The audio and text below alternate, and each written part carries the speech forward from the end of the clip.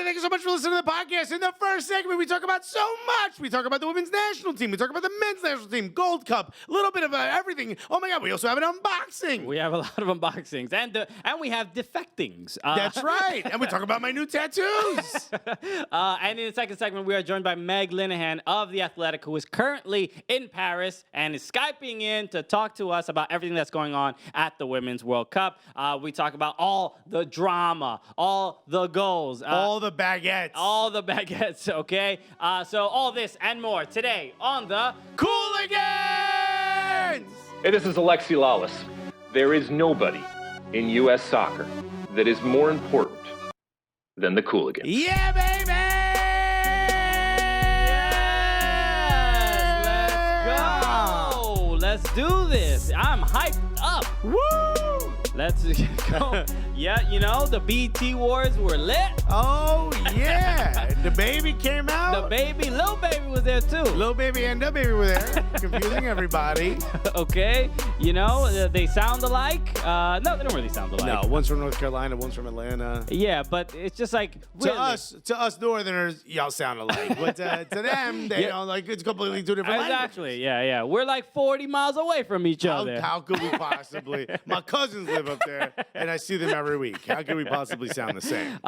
Yes. Welcome to the show, everyone. Hello. Welcome to our hip hop review. That's right. We're going in a different direction. That's right. Skirt. Stay in gully. Not about soccer. No, of course we're a soccer podcast. Welcome to Skirt with Christian Alexis. Welcome to the show, everybody. My name is Christian Polanco. And my name is Alexis Guerrero. We are your favorite stand-up comedians out here at the top of Madison Square Garden. That's right, on stage 17 of the OG Podcast Network. That's right, who hosts the funniest soccer podcast that you have ever listened to. It absolutely is. It is not only that, though, No. Alexis. What else is it? It's also the official unboxing episode. It's the gulliest, but also Yes, okay. we are the gulliest soccer podcast in the world. But now we've officially become. Doing unboxing is quite gully, okay? Yeah. And now it's getting to a point where we're getting bombarded. I think people are sending us stuff just to hear us unbox stuff. They're so fascinated by hearing unboxings. They don't even want to watch them. They don't want to watch it. They'll see it on Instagram, right? We put them on Instagram. But for the most part, people just keep sending us People stuff. just keep sending us so many things, and we appreciate all the illustrious gifts. So for everyone who said we sold out, no, we didn't. Because we're not accepting money, we're just accepting gifts. Okay, it's But we will gladly sell out, right, Christian? without a doubt. Okay, Hell yeah. Bribes are welcome. Absolutely. Almost more than conversation or friendship. Okay, we learned it from watching FIFA. Okay, Yeah. We didn't come up. We didn't invent this. Oh, we can't be out here Sepp Blattering a little bit? Okay, Jack Wagnering? I don't know if you know this, but Sepp Blatter adopted us. Yeah, okay? that's right. Yo, you think Christian shouldn't have an apartment just for his cats? Okay, well then you're gonna have to talk to my dad. Okay? Have some respect. All right, and keep in mind that I call him Dad now. Yeah. Sepp, R.I.P. Chuck Blazer. Okay, he does have a tattoo of Chuck Blazer on his chest. Hell so yeah. you gotta show respect to the OGs. And I shave my stomach hair in just to his beard. Okay, I'm glad we. Act like I won't. I'm glad we get this imagery of your body. Yeah, that's right. Right, so that's The what majestic. that's what this show's been missing for so long. Yeah, it's just a full visualization of what I look like under my clothing. All right, so we're thrilled about today because we have a bunch of stuff to talk about. We have things to open. We got great guests. We have great guests. Meg Linehan is here from The Athletic. She flew in from France. From France. And just then, to be here, then she's going back. all right, she took a Uber plane. The Concorde. Remember that? That's right. Yeah. Who had that? So there was some people. I think it was Concorde Air. No, I don't know. Was it Virgin Airlines? I can't don't know. remember. I forgot. Norwegian. Yeah, But right. she Skypes in and joins us to talk about the Women's World Cup and everything that's going on over there. And we have When's great. the Tesla plane coming out? When's the Tesla plane coming out? Yeah, why doesn't I don't Tesla know. have a When plane Elon out? Musk stopped smoking weed on Joe Rogan's show, I think. It's getting musky in here. We're trying to get a Tesla Airlines going. Have you heard about the Uber helicopter? No. There's been so remember we had the helicopter crash like last week or 2 weeks ago. Yeah, on the rooftop. On one of the rooftops here in New York, and apparently this has made it a bit more challenging because Uber was trying to introduce a Uber helicopter, and now because of the crash, they're trying to introduce more regulations that would not allow Uber helicopter to exist. So that's right, everybody out there who just has a helicopter sitting in their backyard. Sign up as an Uber pilot and start making a little bit of money on the weekends. Yeah, you know how it is. Pay for that kid's tuition. Because you spent all the money on the helicopter that you can't even fly around the city. Yeah, Toyota's like, yo, let's put out a Camry helicopter. So so that's a real thing. I don't know. Yo, Yeah. we get to be like Magnum PI. You remember that show? I do remember that They show. used to show the repeats when I was a kid. I I'm like, look at imagine this. most of our listeners do not know. Well, They maybe used they to- know the movie Magnum PI They because know they the remade movie. a movie. When I yeah. was a kid, they showed the repeats, and it was clearly like 10 years old at that point. Because I'm like, yo, these dudes are dressing funky, you know? But the dude just had a glory. Tom Selleck, right? Is that his name? Yeah, it was Tom Selleck, right? I had a glorious mustache. I was like, yo, I'm going to look like that when I'm older. And then I realized, nah, that's a porn star. Okay, yeah, I'm glad you didn't get into porn, especially with that shaved stomach beard that you had. I mean, clearly the requests are out there, but I respect myself and my family too much to put them through that. You know? Okay, I mean, look, it would have been the first time he brought money to the household. That's absolutely sure. That would have been much. Not much, but you know what? There's a niche for everybody. Yeah, that's true. Look, there's a bunch of search terms for everything, right? Anyway, we are excited about the show. So where should we start? Because we have not only do we have a lot of soccer to talk about, we have announcements to make, and I think we should start with the big announcement that's happening in a month. That Right? I'm getting a Jack Wagner tattoo on my back. Are you getting a what? A Jack Wagner tattoo on my Is that a back. CONCACAF guy, right? Yeah, Okay. I thought that was like a sex move. No. Fine, I'll get it on my lower back. Does that help everybody? You've been Wagner. Ah, look at that. Now go clean up. Yeah, my wife's like, why are you taking a poop facing the other way on the toilet seat? So you can see the Jack Wagner. Okay, so let's announce the big news. We had been teasing this for a couple weeks, but we can officially announce we will. Which is how you do a Jack Wagner. You got to tease for a couple weeks. Sorry, this is not going to go away.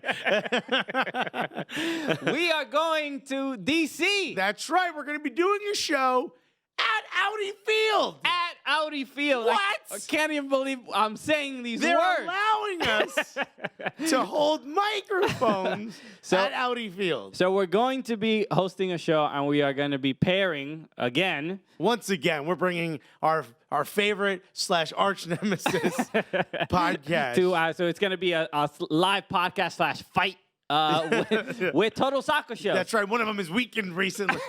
All right. We think we have a shot this I time. think we got a chance. Taylor gonna take us both out. So we're going on the road again. It's gonna be Cooligans and Total Soccer Show back at it. That's we're gonna right. be at DC. Yeah, this is gonna be amazing. We're going to do a live show. So we're going to be, there's going to be players. There's going to be us. There's going to be some special guests. That's right.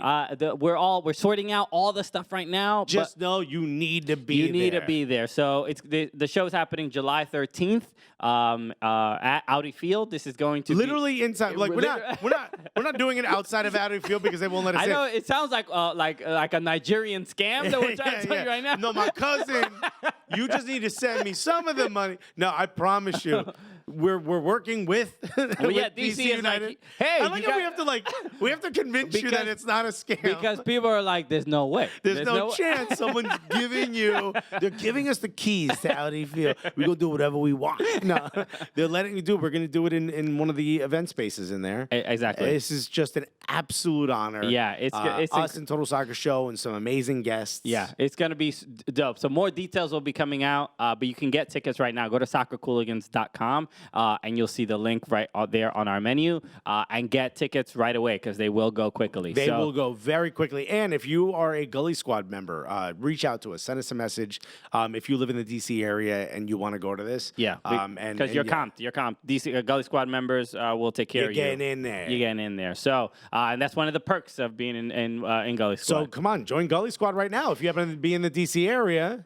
Yeah, get in there. Come on now. Okay, so we're super thrilled about this. So make sure you get tickets right now. Go to soccercooligans.com. DC United are going to be DC United players. It's gonna be legit. We can't even confirm who it is yet. Yeah, we can't announce. But just know you got to be there. Exactly. So we're absolutely thrilled. So Christian and Alexis and Total Soccer Show are hosting an event indoors, not in the parking lot. We're not going to be like where they across the initially street. suggested. Yeah. They were like, "How about you guys just do it near the fence?" And we're like, "What are you talking about?" No, we're going to be indoors. Right now, our fans are thinking, "What compromising photos do the Cooligans have of the front office staff?" We're not going to tell you how we got it. I'm just saying, you want to be at the gulliest show in all of DC, and I understand how loaded of a question of a statement that might just be. Yeah, you got to be. You guys just got to be there. You got to stop asking questions. Yeah, it's too much. Leave your phones at home. All right. So make sure you get those tickets. And we're trying to make this huge. We're trying to make this big. So you got to be there. It's going to be dope. This should be the. Why don't we tell them the date? Because we haven't said the date. I did say the date. July 13th. July 13th. Okay. So we're getting all the details sorted out, but we wanted to make sure that especially people in the DC area, especially the supporters too, the supporters, Screaming Eagles, everybody. We want everybody all to of come, y'all, whoever. come through. I don't know what anyone. All of y'all come through. It's gonna be super cool. So all right. So let's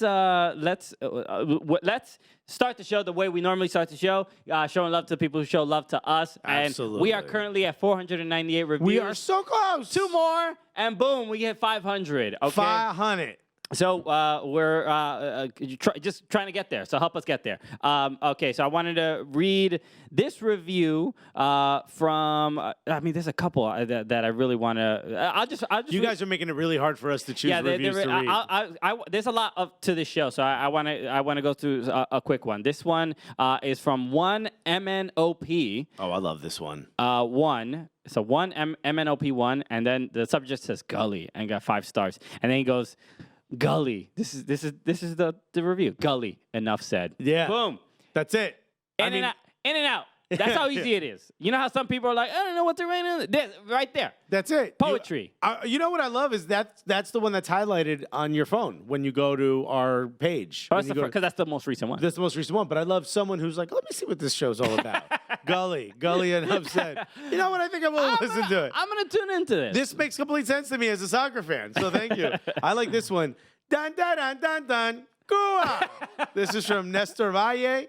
Gave us 5 stars, but he said, shouts to me for writing the most, only 6-star review for the best soccer podcast out there. I give the extra star because the fact that they don't rock suits, sports jackets while recording. Now, son, we don't. And then he gave us 6 stars. He wrote 6 emoji stars. 6 emoji stars. So we'll take it. All right. So some people are really going out of their way to give more stars than the allotted, What's just 5. gullier than that? There's nothing gullier than that. Shouts to you, Nestor. Nestor's like, rules? Yeah. How many stars? No. We're doing a little bit more. We're going to do some extra stars. And shouts to Patrick Stan, who said, you better bring out that sad trombone again, because Cuba has been taking so many L's. There's not enough room for these L's, okay? We're at negative 21. Well, a 7 upside down is also an L. Okay, so. That hurt. I'm not going to lie to you. We have taken the most amount of L's possible, but I will say, so it is a bam, bam, bam, bam, Cuba. It is that, but 4 players have defected, so bam, bam, bam, bam, Cuba. Okay, they're having a little bit fun in America now. Yeah, baby. Calling up Ozzy Alonso. Yo, can I stay with you, my guy? I'll make the cafecito. So, all right. So let's start the show there with the Gold Cup, and a lot of people may not be watching some of these. There's too much soccer happening. There's a lot of soccer. This is the off season for most people. But if you're not an MLS some fan. people focus on the U.S. men's national team during the Gold Cup, but Cuba's in there, so that clearly we have a larger priority right now. And also, I know Cuba Sao It's 1-0 against Honduras. Look, let me just. I don't even know why Can we take over that? For I think that's disrespectful to them. Yeah. I'm pretty sure they're their own country. Also, somebody pronounced it on the thing Curacao. Is that how it's supposed to be? No, that's very wrong. Yeah, I'm like, what is happening? Curacao. It's clear. It has the little line under the C. It makes it look like a little baby G. Baby G, you saw him at the BT Awards. He was one of my favorites. One of the best.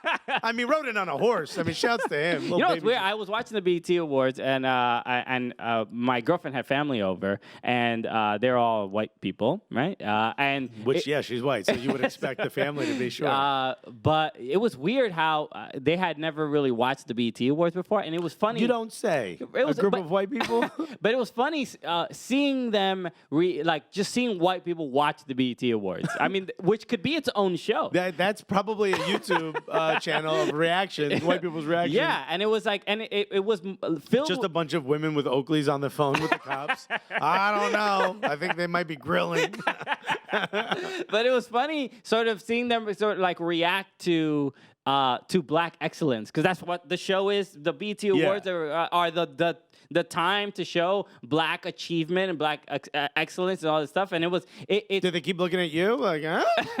Why are you in there? The Cooligans pretty great. Get in there. It's like they like a visceral sort of reaction to it, as opposed to being like, oh, this is cool. It was like they were joking about this, but it was like a little bit of like, it's weird to have like, we couldn't do a white entertainment show, which is like, why is that is not the issue. No, it's called the Country Music Awards. What are you talking about? It's called every other show, every other award show. Country Music Awards. There's like two black people per decade. It's amazing to me how when like people of color do a thing that's only for people of color, white people feel attacked. Yeah. They're like, what is? Hey, wait a minute. How am I excluded from this thing? Again, I'm gonna call the cops for not getting the Evite. Yeah, how dare I? Fascinating, but yes, it was actually a very good show. The BT. I usually watch like the highlights, but I was like, watch it. I'm like, I mean, I was on Twitter during most of it. And I felt like I watched the whole thing. Yo, Tyler Perry was dropping bars. Yeah. This Lil Nas X, they had. Came in. Wait. Billy Ray Cyrus. Billy Ray Cyrus at the BET Awards. He has been accepted by the black community. Remember Dave Chappelle had the racial draft? Oh, that's right. Yeah, Billy Ray Cyrus. We didn't think it was gonna make it. We're gonna trade Miley for Billy Ray. Yeah, Miley goes back. Billy Ray, you're in. So what I love about that is they gave Lil Nas X such an issue about being on the country charts. They took him out of a lot of country charts. Yeah. Here's Billy Ray Cyrus going, we'll go to the other side. Yeah, now. and now they have the most popular song in the country. Poppin', and he just put out a new single called Panini. That's right. And he stole a piece of it from, sampled from. This is okay. You always have this issue. They sample and you think they steal. You know that they pay them for that? Yeah, I know. But here's the thing. It's to me, it's like, you know, he took something from another song. It's like, yo, do something a little bit creative. Because he's a Twitter dude. That's my problem with it. He's a dude from Twitter who's now he's not a prolific rapper by any means. No, but I'm like, you gotta like. There's Nas and there's Lil Nas X. They're very different. Pretty much gap. I don't mind the whole steal. Look, sampling is awesome. That's my era that I love, right? But I'm just saying, like, you got to kind of prove you know how to be a rapper now. You had a monster hit. To who? Who do you got to prove it to? To me. To the Gulliest Soccer Podcast. Not even nearly a requirement anymore. You have no idea the willpower I have not opening these boxes right now. Let's talk about soccer again. Yes. And discuss. Curacao. No. No, let's talk about Cuba, right? So they lost. Why are we talking about they lost? They lost terribly. Yes. Every step of the way. But they lost to Canada. A lot of people do not. What do you? Is that like you say like that's embarrassing? How dare we? No, they're friends with Goa. They're fine. Yeah. No. I mean, they were just losing everybody. Okay. So I think a lot of people don't really know about this. That's what I really want to talk about. Also, and we probably should have highlighted with a Cuban person, right? Let's not talk about it. So Cuba. How's Dominican Republic doing in the Gold Cup? All right. All their players are still part of their country. I know that. Well, maybe they shouldn't be. But I believe David Ortiz wants to defect. Yeah. So leave the girl, David.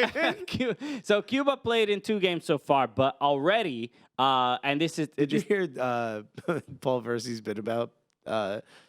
I did hear about He's David like- Ortiz. All right. That's a good bit. Sorry. Watch, look up Paul Verzi. He's a very funny No, he comedian. just says Has he was sleeping with a drug lord's girl. He's like, I'd be afraid to finger a Yonkers bookie's daughter. I mean, I'm Dominican, so that's offensive. Yeah. So do not talk about David Ortiz. So, Paul, we're going to have a problem going forward next time More I see like him. Big Papal. You know what I mean? No, so Cuba did play in 2 games, but already in their terrible losses, they lost to Mexico. Mexico. Was that- Aduña just destroyed them. I think that was 7-0. Antuna, you're talking Antuna. Who are you talking about? Isn't that the guy Ariel from Galaxy? Uriel Antuna, not All right. Antuna.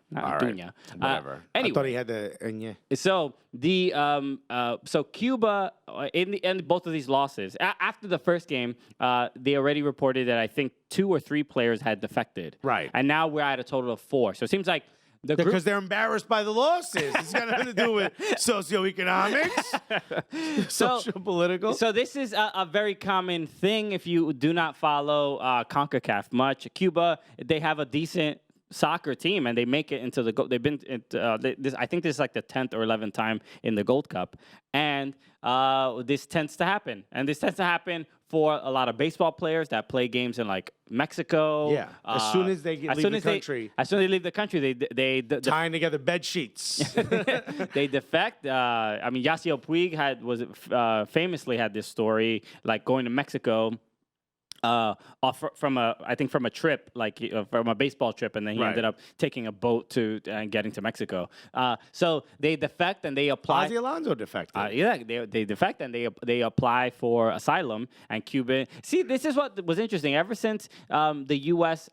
During the Obama years, when they sort of rectified or had some they started to normalize communication. Yes, but this didn't apply for any immigration status or people they can't. Well, I think they took out the wet foot, dry foot, which is like the moment you touch American land, you're automatically political asylee. So now you have to apply for it. Okay, so now it's just like paperwork, but it's still that you still Cubans still have but Cubans still have the option. I think so. I'm not 100% sure on it when it comes to defecting from a sports team. So, but it is kind of wild, right? Because you come into a tournament with your teammates, and they lost 3-0 to Martinique. I mean, they're not even trying to play.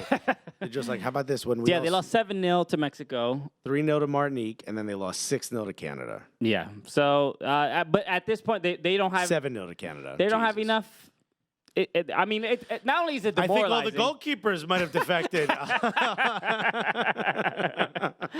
What is this? What could a Cuban like? Who wants to be a Cuban coach or player or like? Forget all of that. Here's why I wanted them to be in the Gold Cup, so they could defect. That's literally... This is them winning the trophy. That's fine. The confetti goes up every time a player leaves the hotel and no one chases them. I don't care. It doesn't matter. Defect. Please, get a meal. Find out what seasoning tastes like. Learn what toilet paper feels like. I'm sure some of them are just happy to be in the hotel. There's like, oh my God. Yeah. Air conditioning. Okay. Who cares? Go, run. Hopefully you can get your family out of there. Hopefully enough people do this where they have to change because there's no one left living in Cuba besides the politicians. And no one's there to make money for them, hopefully. Okay. And then we could just get, my family could be normal and everyone could just be normal. We could travel back and forth. And maybe before I'm 90 years old, I can finally just travel there without having to lie and say I'm Dominican or Canadian or something else. Yo, nobody's going to believe you Dominican, bro. Like, oh, yeah, okay. Don't you even, you got to come up with some. You got to come up with some other Latino. Nobody's going to buy it. What part of Dominican Republic? Havana. Oh, you never been? You just don't travel like I travel. I mean, shit. All types of stamps on my passport.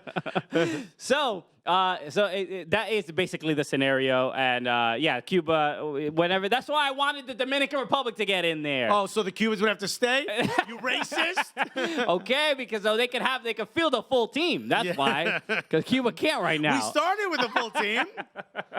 Okay, but they just. Well, anyway, shouts to all the Cubans who defected, baby. Okay, we'll see you in MLS soon, dog. Hell yeah, Charleston Batteries line up. So let's some of the other Gold Cup games, and obviously the last match between U.S. And Trinidad. It was the revenge, the rematch. Which is perfect because everyone knows as soon as you win this, you get to go to World Cup, son. Boom. That's how. That's how it works. That's how it works. The Gold Cup. That's Retribution. No, man. It was nice to see the U.S. men's national team get a result that. Play with this passion that you don't see very often, at least not in the last few since Yeah, the loss. first half wasn't like they weren't amazing per se. Dude, they scored 6-0, right? The score was 6-0. Yep. They didn't score until the 40th minute. Yes, the goal from Aaron Long. But I had it from a defender, and that opened the floodgates. exactly. But I mentioned it on Twitter as well, like that. Seeing the U.S. men's national team do well is like it's just as uncomfortable as when they do poorly, right? It's almost like you don't want to trust it, you know? Like this is what is this Schadenfreude or something? Schadenfreude, Schadenfreude? something like that. Yeah, whatever. Where did that come from? Like it feels phony. Yeah. That's what I'm saying. That's what that sort. I'm Because butchering. you think it's not sustainable. Not that it's not sustainable, but I haven't seen it sustained where it makes me feel like, oh, there's gonna. You can't be like this. You're like a girlfriend or a wife, like at least from my experience, who's like, oh, now you're gonna do the dishes. Oh, all of a sudden you're like, I'm doing something nice. Oh, look, you're cleaning up your stuff, right? What? You have friends coming over, maybe? Like, you know what I mean? Like, there's an ulterior motive here. Sure, yeah. I'm not. The men's national team is not. Touching me the way I want to be touched. Yeah. Maybe I'm a jilted lover, men's national team. You're going to make me go to Canadian national team. Huh? I see what's happening in Cuba. I think that's going to happen to us. No, it's just like, if they would have won this game 1-0, 2-0, it would have still felt almost like a loss. It wouldn't have felt like retribution, but they won by 6. They should have won by 6. But all this made me feel was like, oh, you couldn't even score one that wouldn't matter. Exactly. That's how it feels. It's very frustrating. And Trinidad basically was a very similar team from the one in 2017. Yeah. So you would. But I think the big difference is obviously a new coach, a new system. Zardes looking unbeatable up front. But I think, honestly, a big part of it was Christian Pulisic coming in and saying, like, yo, he's got a bit of a chip on his shoulder. He's got that $72 million contract he needs to prove. He's a year or two older now. Like, he's a bit more mature in that sense. Like, I kind of feel like this is good. This is, like, he needed this so we could see this player. I agree. He's out here bodying dudes, man. He's nutmegging everybody. This is what you want to see. Exactly. And he has to be... He is the best player. He is playing for Chelsea. He's the leader of the team. Now that's it. Like whether I don't know. Michael Bradley could be like the general on the field. You play for Chelsea, 72, 73 million. You're the best player. That's it. Son, that's it. It doesn't matter. You don't have an option now to be like, oh, look how good he is. You better be. Exactly. So, and you sort of did see that, even though he wasn't, he didn't score till later, but when Trinidad basically just had nothing left in the tank, but. Just that I don't even know if it's necessarily leadership, but there has to be, even though he's a kid, he has to be like a much more influential figure and more of a leader. He can be a kid, but he's got to be the man. And he might have to like step on people's toes. He might have to be like, yo, Bradley, sit down. Yo, all right, I'm talking right now. Yo, why don't you go put some sunblock on that skull? Okay, because it's reflecting a little too brightly and it's hurting my eyes out there. Also, Daddy's not here, so why don't you listen to me right now? So, but I think the big shock from this game was really the brace from Jesse Zardes and just seeing him. The almost hat trick? Almost hat trick. I feel like the brace would mean more if he didn't miss 2 shots directly in the same run of play. Oh, sure. Right after to get the hat trick. I mean, here's the thing. Everyone's like, Zardes looks actually amazing. Greg Berhalter, picked him up for a reason. Yeah. The guy was... At Columbus, yeah. The guy was was becoming a defender in Los Angeles Galaxy. And here he is starting up top for the men's national team. What a weird world we live in, okay? But he seems to be doing well. And the one thing that I've read a bunch of other people who are smarter than me at soccer, right, which is, again, children all the way through adults, they've all said one thing. It's like, Zardes will frustrate you as a fan, but from someone who watches the game tactically, when it matters most or at certain important parts of the game, he seems to understand exactly where to be. And he has good spacing and good timing. Yeah. And if that if that's all we get out of him, maybe that's not going to work against the Croatias and against the Germanys of the world, but against Trinidad and Tobago and against some of these other countries that aren't as developed in soccer, that's good enough for me. Yeah, if that means he scores 2 easy goals, score 1,000 easy goals. Yeah, do just be a Frank Lampard, which is just trash, garbage goals. Banging him in off the chest and off the thigh. You could create a low light video of Frank Lampard goals. You know what I mean? And that'll be fine if that's what you end up doing. And that's totally fine. Because even I think it was He took one off the noggin and it went in the last game. Yeah, last game. But the goal that I don't remember which number goal it was, but the cross, the header cross from Nick Lima. The pass, it was beautiful to see Jazzy Zardes and that awareness and movement. As soon as Michael Bradley makes the pass, Jazzy Zardes is already it's almost like he has a homing beacon with the ball. He knows exactly where to be. He knows exactly where Nick Lima will possibly put the ball. And he's oh yeah, the wind is no one else moved. When it was the only 3 people that moved when that ball was passed was Nick Lima, Bradley and Zardes. So it's they were the only 3 that knew what was going to happen in that moment. And Trinidad was left flat-footed. So you know what it reminded me of? Remember at the 24-hour game when I scored 2 goals? Remember that? you remember? I know that. I know I do. And I'll never let anyone forget about it. I remember. I'm not really good at soccer or good at soccer. I just love that there's going to be a real comparison between Jazzy Zardes' brace national team and mine and Alexis with a sandwich while eating a sandwich, a disgusting sandwich, might I add. Yeah. But I remember I'm not that great at soccer, so I don't want to put myself in a position where somebody feels comfortable passing it to me and then me making a play. That's not going to happen. So I remember you passed it to somebody and I was like, oh, I should probably get on the other side because everyone's going to go to them because no one's going to come cover me. And then all of a sudden the ball was in my foot and I'm like, wow, I'm open. I should probably just kick it right into this open part of the net, and it went in. I remember all that happened in a split second, but I was like, hey, technically that's good. That's good spacing. Right? Yeah. Maybe that's how people feel about Jazzy Zardes, the way they see you on the pitch. They're like, he ain't gonna do shit out there. Look at him. Just leave him alone. He's not fit. He has no touch whatsoever. The hair is trash at this point. It's been too long. I mean, look. He has a beard on his stomach, a blonde one, so his grandma can see him. Yeah, so it's from the television. It's a very odd relationship. Right? Maybe she's sitting too close to something. But this is my thing. I don't know what I'm doing, so I just put myself in a good position. If at the end of the day, let's say I were able to do that during games, and people are like, I don't know, man, that kid's a good scorer. It's like Chicharito. I don't know. He always finds a way to get the ball in the net. Yeah. I don't care if that's good enough for me. Zardes. You be starting the World Cup. I don't care.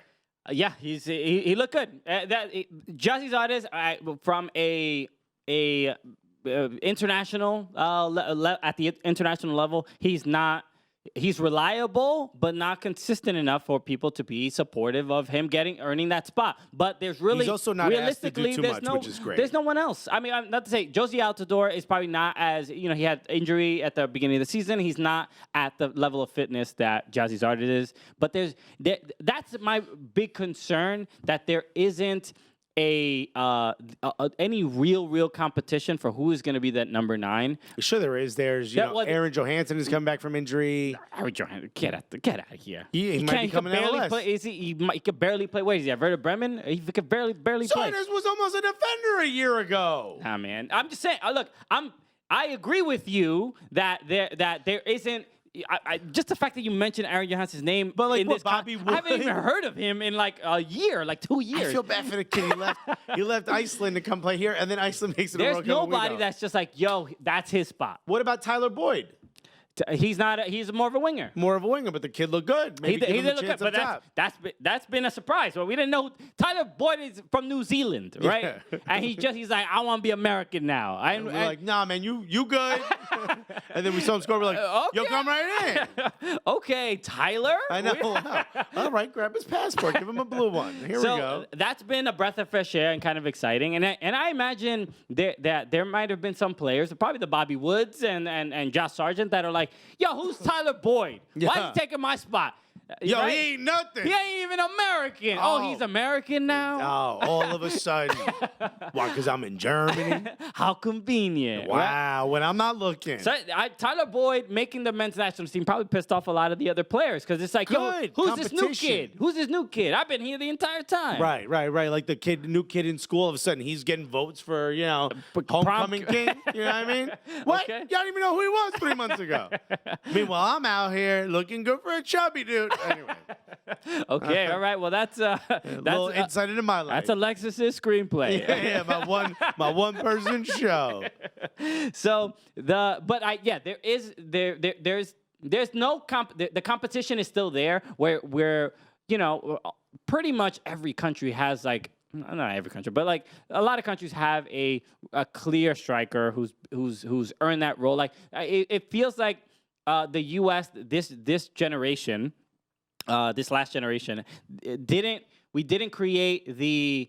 What did we have in 2002 or 2006 or whatever, like the Landon Donovans, the Clint Dempseys, just up top. Why have like Clint Mathis in my head? Like, you know what I mean? Like, there's just some people. The names you all started thinking about. Clint Mathis. but it's like we've had like these, like that's the strike. That's our striker. Wijnaldum. I mean, you can go back as far as you want. We have had ball-in scorers, people that are going to be able to put the ball in the back of the net. We don't have that now, but I'm actually kind of fine with that, especially the way Greg Berhalter plays. It's not about having a dominant scoring forward. It's about giving the wingers and the midfielders an option. It's almost like a false nine, All right. Well, all I know is it just doesn't make me happy. That's Again, all. look, the fact that we've said Zardes' name multiple times on this podcast, and it wasn't about joking about him being a janitor or something, is really just a show that you could change your career whenever you want. That's real growth. Real growth. Yeah. So don't give up, man. Even if you're in your 40s or something, you want to do something else, do whatever you want, man. Okay, get a blonde streak in your hair. Anything can happen. Anything. The other results I just wanted to talk about in the Gold Cup were Mexico and Martinique, who had a really great game. There was that amazing free kick from Kevin Persiman. Yeah. And they won the game 3-2, but Martinique actually gave them a real scare. Which at the end of the day, if you're Martinique, you're like, that's what you go out there for. You want to make it a close game, and they did. But overall, Mexico does look like the best team, and I frankly, I would be surprised if they do not win this tournament because I'd love to see U.S. versus Mexico. That'd be great. It would be entertaining. And then the other result that was amazing, Haiti and Costa Rica. Haiti at Rebel Arena, they win against Costa Rica, and everybody knows that's Costa Rica's home field. Yeah. But also Haitians in Jersey. That's it. Yeah, it was full of Haitians. It was beautiful to see. It was amazing. I wish I was there, dude. So they win 2-1, and Haiti for the first time is at the top of their group. They win their group and move on to the knockout stages. That PATH train on the way back to Brooklyn must have been litty. I mean, if it even left, because I think it became a party train. Hell yeah! There's a bar cart on the PATH.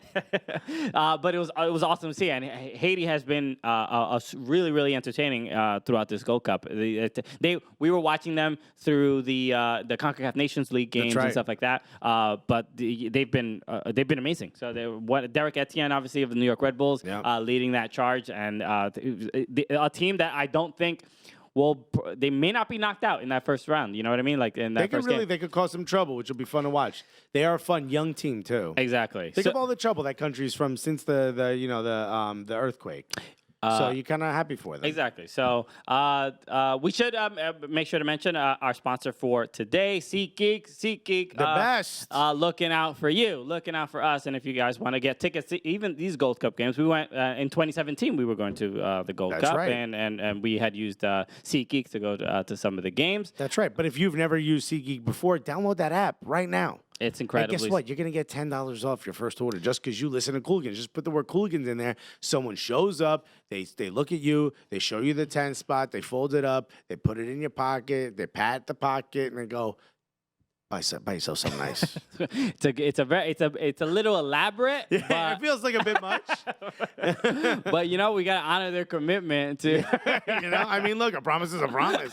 Also, none of that happens. Just in case. No, they actually you do get $10 off your first order. You do get $10 off your first order. But it is an important thing to highlight, especially during the Women's World Cup, that a lot more people and a lot more women are very much involved in soccer. And in MLS fans are like Almost half the fans of Major League Soccer are women. I mean, that's incredible. Yes, and for any sport. Exactly, and there was remember the MLS and Susanna Collins did that roundtable of women in soccer that kind of highlighted that as well. And SeatGeek wants to honor that as well. Exactly. So make sure to learn more about the collaboration, because SeatGeek is the official ticketing sponsor of Major League Soccer. That's right, and they're collaborating to give honor and pay respect to all the female fans of MLS. Exactly. Which is great. So to learn more about the collaboration and to see the female fans of MLS showing their true colors, check out SeatGeek.com/WeFan. That's SeatGeek.com/WEFAN.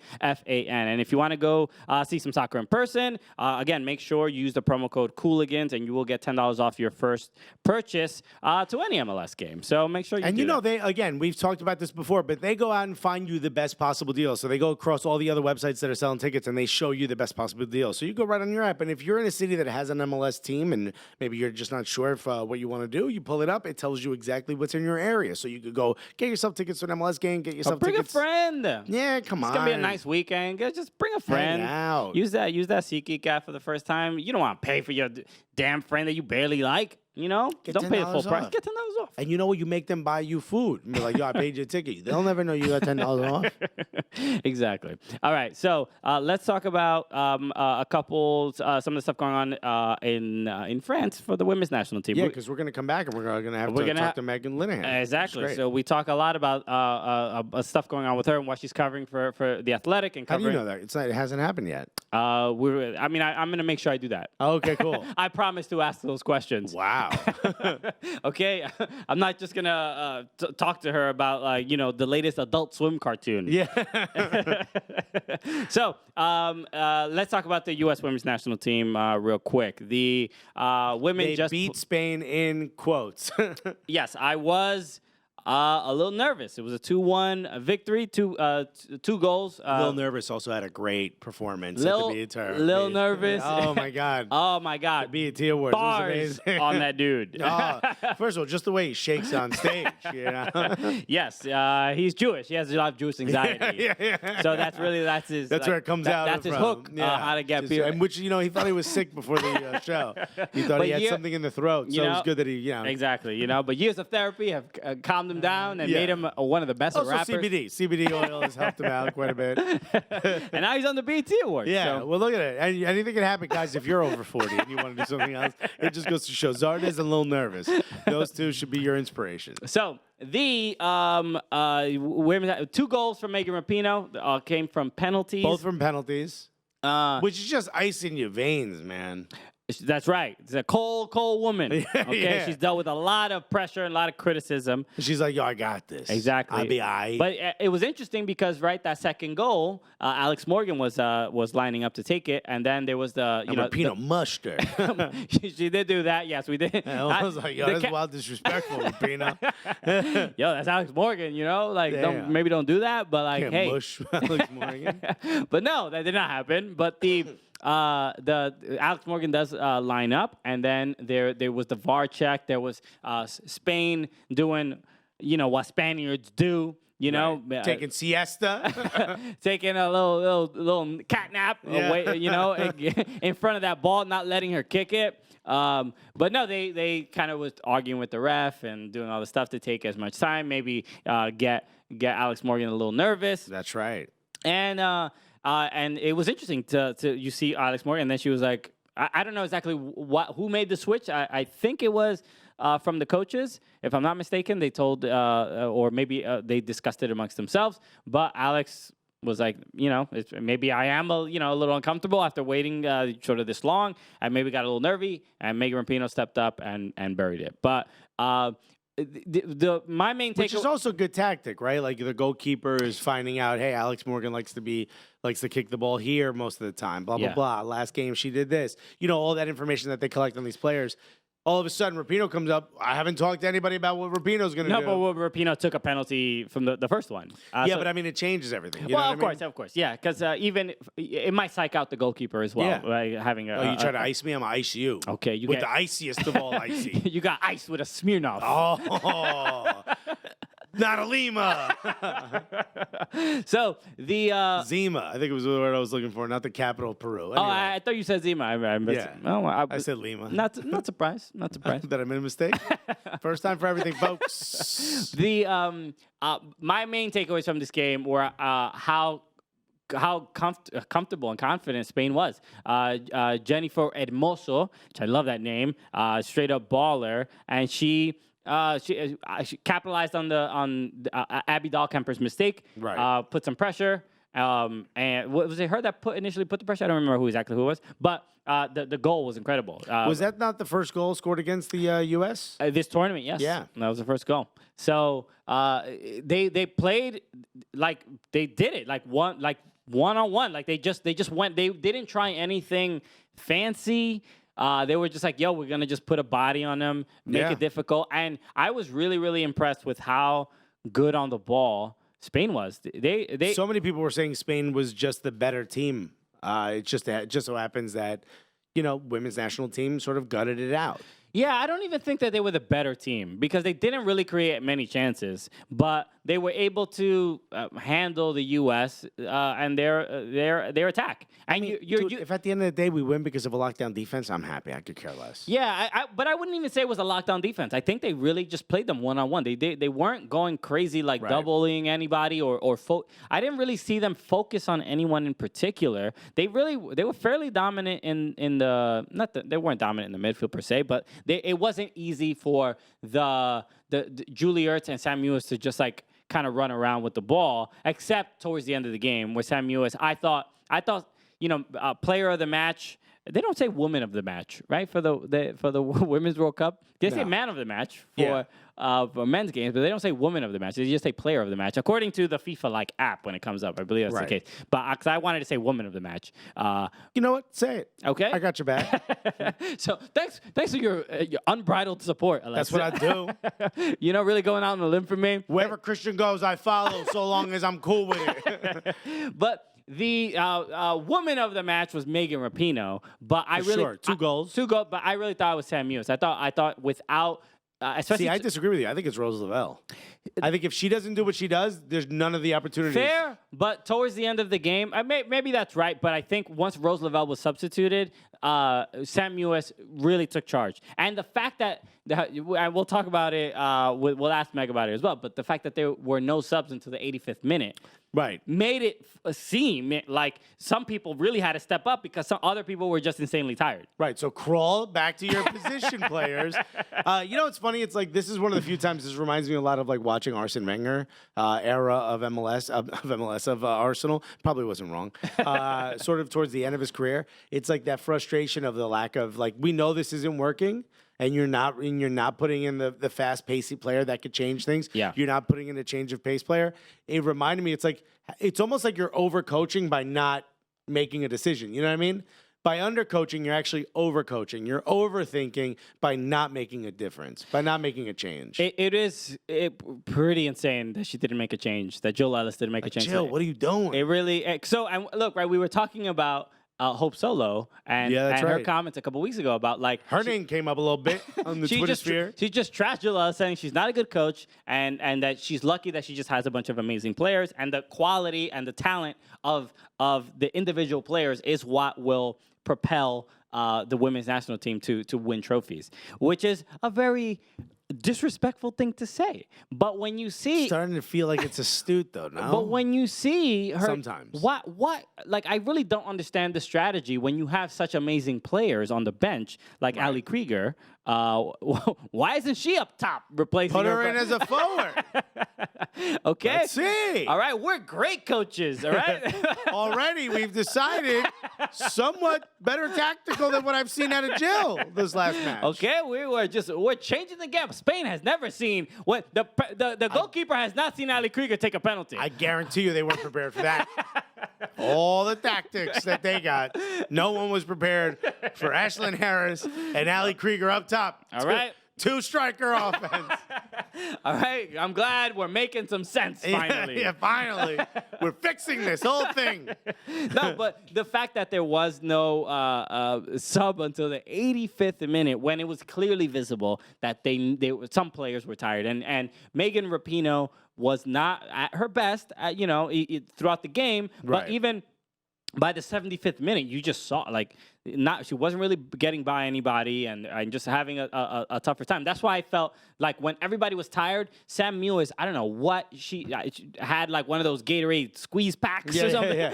One of those things you put on your tongue, like the Lister, Gatorade has those. Either everyone else got tired or she just found this new energy because she was the only one, in my opinion, that was really able to hold on to the ball. And she's just like physically stronger than a lot of the players that were trying to like get the ball off of her. And it's helpful to have a player like that, clearly. Yeah. But I think she actually gained a lot of power when she mushed Alex Morgan. I don't know why everyone's doing it, right? They're really picking on her. I mean, geez. I mean, she might as well have, because Alex Morgan was getting fouled quite a bit in this game. It was the hack of Morgan. Yeah, that was the move. Spain, and it was crazy because nobody got a yellow card. Right. She was literally, I mean, you could read Everybody took shots at her. No one did enough to you get a could read yellow. her lips during the game. She was like, she's like telling the ref. And it's so interesting because I think we're sort of making this joke when we were a part of the Soccer Girl props video, right? And you know how in one of the scenes you were screaming at the ref and making a big scene, yeah. And Carly, the girl, she came up to you and said like, "Hey, stop being so emotional." Right. And I almost feel like there's a hesitation to show how angry the women's players are, the women's soccer players. God forbid, because it's like, it's gonna be all over the internet, and God. But it made total sense. I would have totally yelled at the ref. Like, she was literally like, she just fouled me like 4 times. How are you not going to give her a card? She's like, you can read her lips. And she's clearly saying that.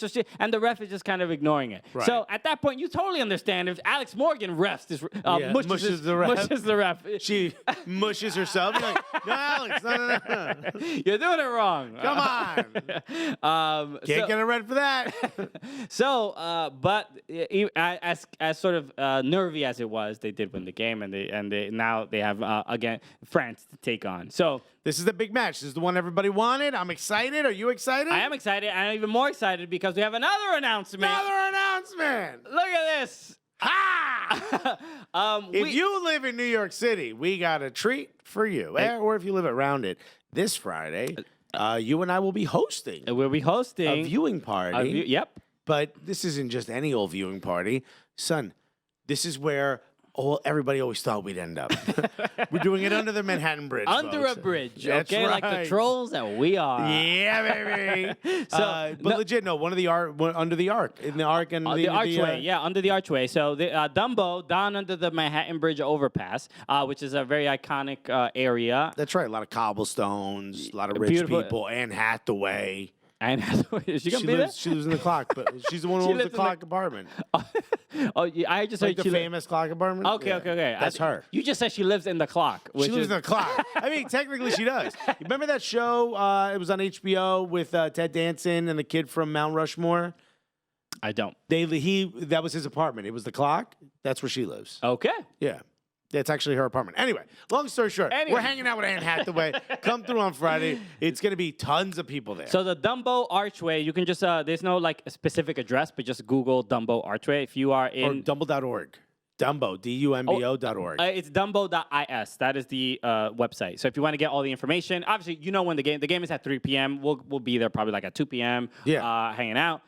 But it's get there early because a lot of people are going to be there. So we're partnering with Dumbo to do this, and this is like really cool. It's going to be so dope. So the fact that they're working with us and welcoming us is really awesome. It's always a super fun time. I've been there before to watch World Cup games. It's awesome. They have a big screen. It's just a bunch of people hanging out. It's crazy. You got to see it. I mean, how many times you get invited underneath the bridge to watch a soccer game. Exactly. It doesn't happen. And there's like food carts and beer and Yeah, a it's bunch like of it's a stuff. really cool area. It's right by the water. It's right there. It's like the carousel isn't far So from come, it. you can take all the Instagram photos and get all the likes. All So- the basic bitch photos. exactly. Come on Because out. that's why we're there. That's the only reason we're going.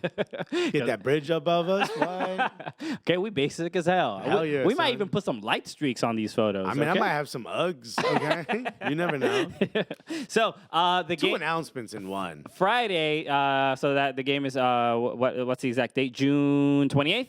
At the kickoff is at 3 p.m. But make sure you get there early. We will be there. We'll be there early. Having a good time. And yeah, so we're super thrilled about that. So they're playing against France. Big game. Who knows? Hopefully we get the dub.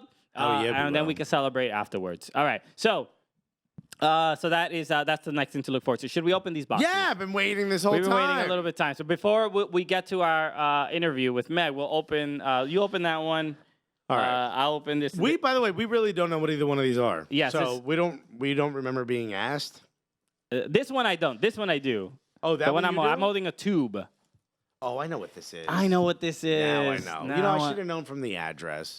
That's right. Remember, speaking of Rose Lavelle. Speaking of Rose remember Lavelle, when yes. Rose Lavelle was here? She was here. Part of her trip and part of the media was sponsored by KT Tape. Remember Correct. them? Yeah. And they sent us a little. Oh, look at this! Remembering. Look at our that. friend. We got Put this Rose, up. I don't know if Tim can zoom in on this. I don't even know if he can. Unified, strong, accomplished. The women's national team takes center stage in France this summer. Yeah. So there you go. Join the conversation. Follow at KT Tape on Facebook, Twitter, and Instagram. Use hashtag Balance for Better. Hashtag Balance for Better. Join and online support female athletes everywhere. Oh, and they sent us a little gift pack. Look, a little American flag here. Look at that. Okay. Not bad. A little KT Tape. I've actually used this tape already in a couple games. Really? I have. Is it good? I don't know what it does exactly. We were asking Rose about it. It's as for well. common injuries, carpal tunnel, hamstring strain, wristband. You decorate yourself with some of this. I put it on, but you know what? I put it on. I didn't get a hamstring strain.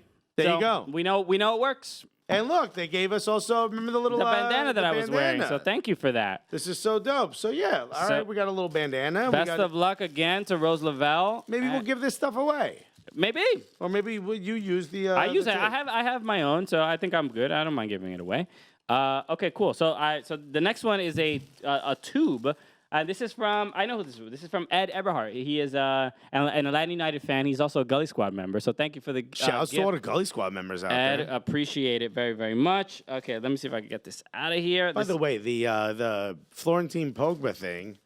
So many people sharing so many nice. I know. So we're giving away the Florentine Pogba bobblehead that we mentioned last week, and we're doing the giveaway on Twitter. Go to our Soccer Cooligans on Twitter, and we just put the to comment like your favorite Atlanta United moment. Oh my God, people are going nuts. And people going crazy. I mean, getting us emotional. Some people said when they met us. Look at that. in Atlanta. And that's how we know you're lying. Yeah, that's our favorite moment. Okay, so this is Let's get a little note. it's a note. You want to read it? Yeah, sure. Give it Okay. to the guy who could read the best. Sure. This is from, it says, hey, my guys, thanks for all the funnies, even when you're not putting enough respect on Pity Martinez's name, and are saying everyone from the sound sounds like Foghorn Leghorn. Still one of my favorite segments ever. And being such good sports when I say mean things to you on Twitter. Yeah. While basking in Ed the... is pretty spicy on Twitter. I'll give him that much. Ed he gets hot. He makes it hot on Twitter. While basking in the afterglow of United winning the Cup, I took a break from my list of commissions and painted this canvas of Joseph, which funded my Gully Squad membership for the next few years. Please accept this print of the canvas as a token for my appreciation for what you guys do for the Gully and the non-Gully alike, and your contributions to American soccer. Cheers, Ed Eberhardt. Are you kidding me? Unbelievable. Look at this. Look at that. I mean, I hope you guys are watching on YouTube and or on social media, and you get to see this. I mean, don't break it. Jeez, Christian. All right. Yeah. Look at this. This is absolutely gorgeous. This is dope. It looks almost like graffiti, right? Yeah, it's like Like a Banksy. yeah, almost like it's like a silhouette of Joseph Martinez, and then the sort of the five stripes sort of colors in dirty paint or whatever. Yeah, this is dope. This is really cool. This is really, really cool. It's so Ed. wild that we have fans that are this creative. You know I didn't what know I mean? we had talented fans. Yeah, man. I thought it was just a bunch of dudes playing dice, listening to us talk soccer. This is so cool. Thank you so much. And, yo, keep it spicy on Twitter. Yeah, we appreciate That's it. what we into. We like getting roasted. Exactly. We don't mind. We have a good time with it. So, Ed, thank you so much. This is incredibly kind. We're going to go find an OTB and hang that up. You know what I mean? This is what we're going to do. It's gully. It's what it deserves. And shouts to KT Tape and Rose Lavelle. Thank you. I mean, the level of kindness we've received the last couple months has been wild. And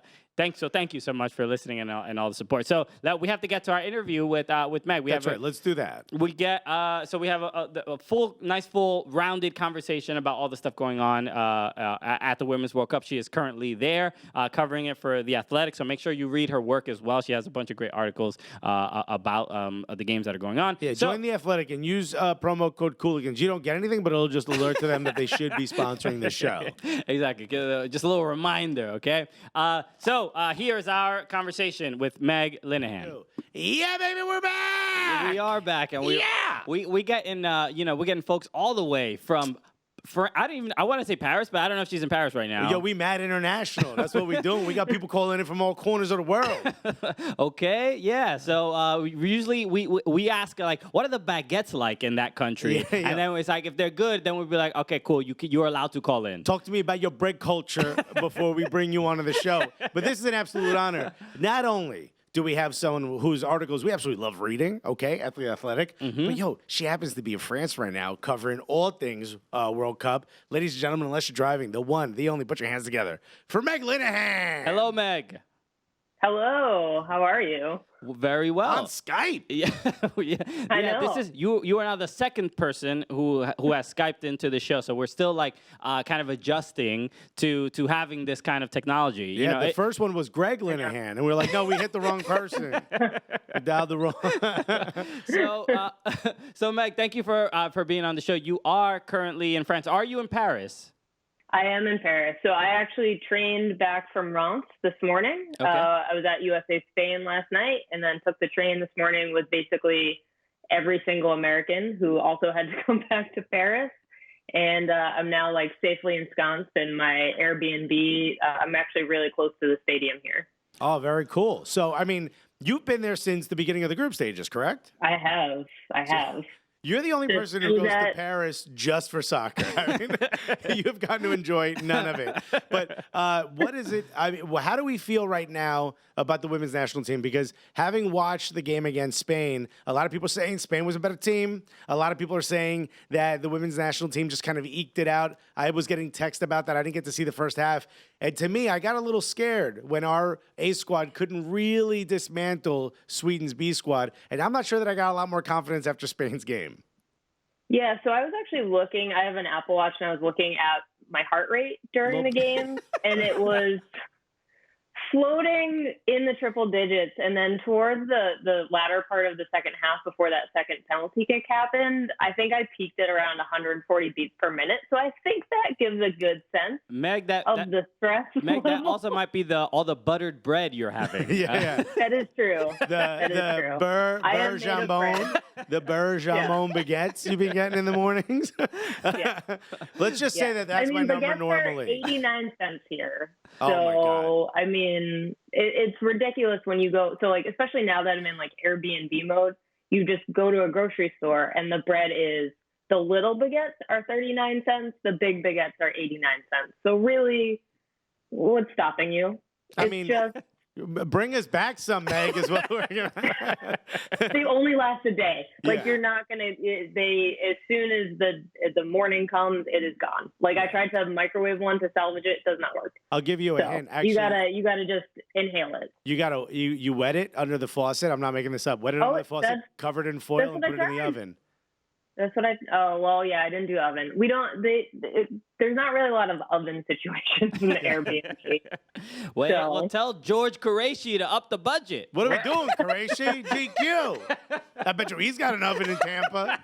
I got a text from my girlfriend, who is not an avid soccer watcher, but she's definitely into it. But she did, when Spain scored, she sent me a text that just said, Spain just scored. All right.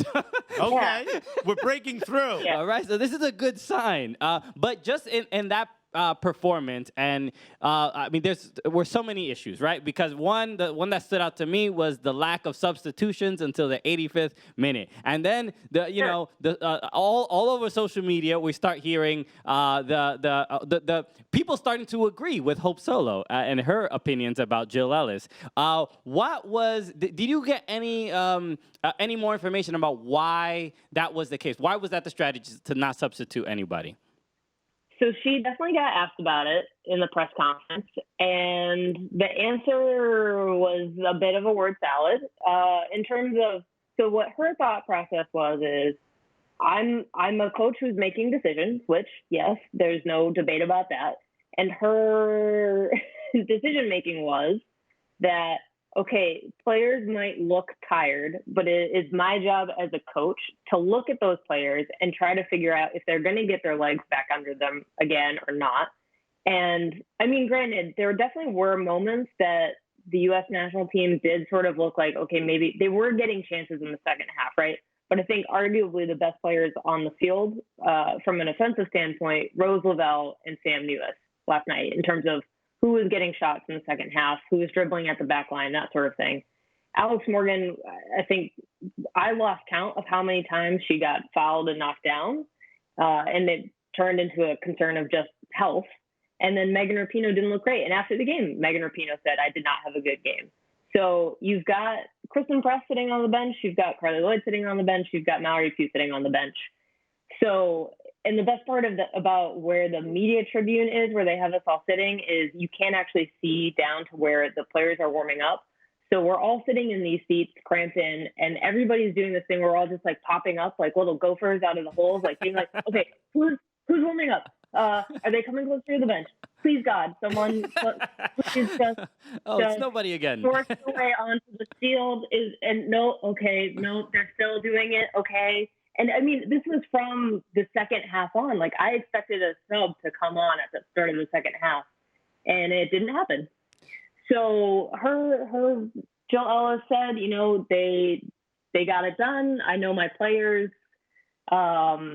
Alice Morgan said she was fine after the game. She picked up that knock. She got pulled out of the Sweden game early, and then, she's saying that she's fine, but yeah, definitely. It was 90 degrees. It was not necessarily pleasant weather at that game either. Yeah. It's like a logical kind of decision would just be like her saying, "Oh, I know my players." Well, do you know when they're panting and tired? Like, it seems pretty obvious. Are you looking at them though? Like, I know you know them. It's like, yeah, I know you could text whoever you want, but are you watching what we're watching? What scares me is it seems the more I watch this team, especially the way Jill Ellis has it set up, it seems like it pretty much all rests on the shoulders of Rose Lavelle being able to transition defending into an attack.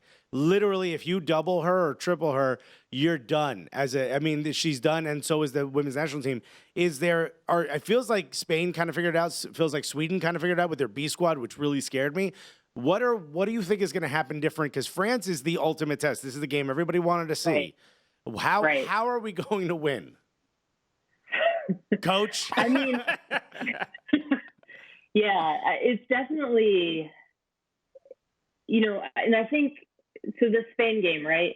I think we win it in 2019. I don't think that game is getting won in 2023, right? The time the next World Cup comes around, Spain is going to win that game. Spain scouted the United States extremely well. Like, I was at their final group stage match against China, and both Spain and China looked terrible. And then Spain turned around and had like a game plan, and they executed it extremely well against the United States. And that is concerning because I think France is also extremely capable of having a game plan and executing it well against the United States. The one good thing, and this is something that Megan Rapinoe brought up, is France had to play 120 minutes.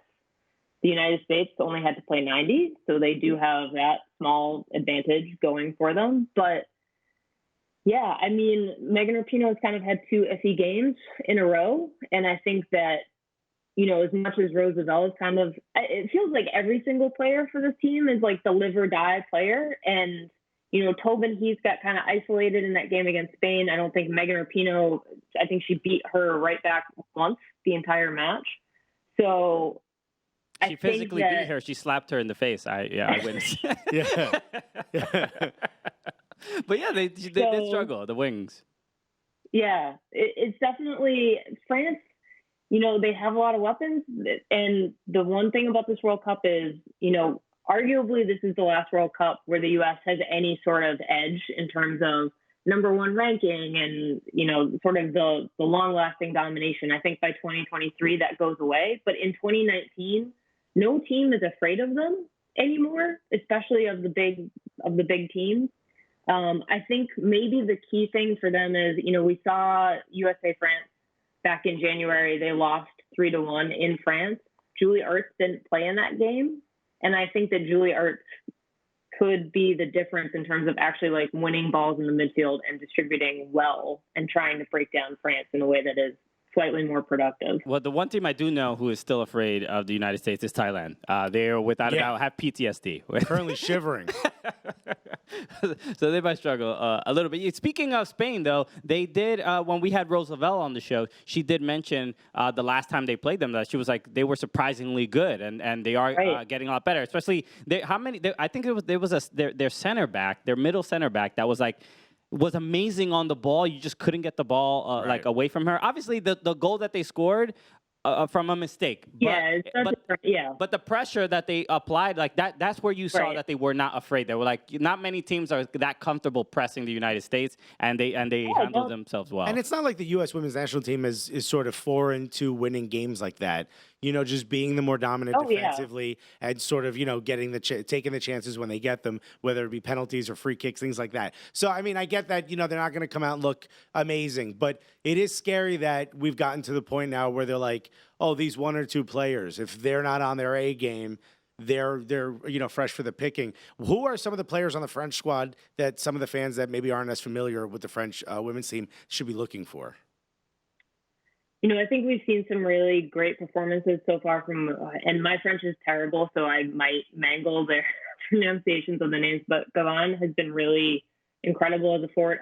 Just their entire front line. I mean, Le Sommer has had some, great performances over time and is a very known entity to this U.S. national team. But, they I think also work well along the wings. They also have Wendy Renard as the center back, and there's no height advantage anymore for the U.S. national team in a game against France. Julie Ertz and Sam Ewis, I think, are both going to lose that edge that they might have if Wendy is coming up for a corner kick or, a set play of some kind. But, yeah, I mean, when you look at the France roster, they're definitely I do think that these are the best two teams in this tournament still. So I think that's why everybody's kind of been frustrated about the way that this bracket works out, that we're getting this as a quarterfinal rather than a final. But to be fair, the games in Paris, it's going to be sold out. The secondary market is crazy. And, I think that we've seen, I think the key player for France, and she was the key player in the round of 16 game against Brazil, Amandie Henry, who played in Portland with Thorns FC. I think, we talk about who we live and die by for the U.S. national team. I think that's who France live and dies by in this game. I think we've got Lindsay Horan and Henri, the sort of Portland versus Portland battle that could be really fun. Okay, I'm interested seeing was it Delphine Cascarino, I believe that's her name. Yeah, because she reminds me a lot of Tobin Heath, and they have a very similar style. So it should be at the very least an entertaining game. I just hope to not have the level of the heart rate that you were having throughout that game. I think it's going to be. I think the best thing, and I think this is what Megan Rapinoe was referring to after the game is, she wants it to be a spectacle. But I think if both of these teams just go at this game at 100% and they're just screw it, we're just going to go for it and have it be this crazy open end-to-end sort of action. This could be one of the best games we've ever seen in the Women's World Cup. I mean, of course, there's always the potential that it could be one of the worst games that we've ever seen because something goes terribly wrong. But, you know, if both of these teams are just like, screw it, we're going to go for it, this game should be like absolutely wild. Yeah. I would pay double the money of whatever it is they're charging to watch, as Megan Rapinoe said, a shit show circus. Let's go. Yeah, that, quite interesting. If it's, I'm actually thinking of what a shit show circus would be like, and I would attend that as well. Yeah, 100%. That was a great moment in the mix zone, as everybody just kind of looked at each other like, "That's the quote. That's the quote." If anyone's gonna say it, it's Megan Rapinoe. Well, we know what Megan Rapinoe's autobiography is going to be titled. Yeah, for sure. I think one of the things that recently happened was the England versus Cameroon game. There's so much talking back and forth. The game was kind of rough to watch. How did it feel from where you were sitting? Yeah, so the discourse was definitely active for that game. It was kind of, you know, the game itself, it wasn't great, obviously, like the actions of the players, but like, I guess, you know, I've seen a lot of really great comments on Twitter. I think Jessica Luther nailed it really well. Inaya Luko nailed it really well. Like, I think you can both say like what happened on the field is not ideal and is a product of frustration and all sorts of things. And like some of the stuff clearly crossed the line, and you can say it crossed the line. But also, like, now we've got this discourse of, but the children, not the children. Children are watching women's soccer. Oh my God, where they're ruined forever. They're just going to go out into the streets and start kicking people in the ankles and spitting on them, and it's going to be the worst thing ever. And it just, like, we see this, like, I think part of it is, so you've got Phil Neville, set him aside, but then you've got people who are just ready to, like, be like, oh, I knew it. Women's soccer has been terrible all along, and this one game proved my point, and I'm writing it off forever. And it's kind of like the Dan Shaughnessy article that he wrote after USA Thailand, where he was like, I've been waiting, just waiting for something stupid to happen so I can just, like, write this off and be like, I was right. Oh, my man opinions are so correct. And,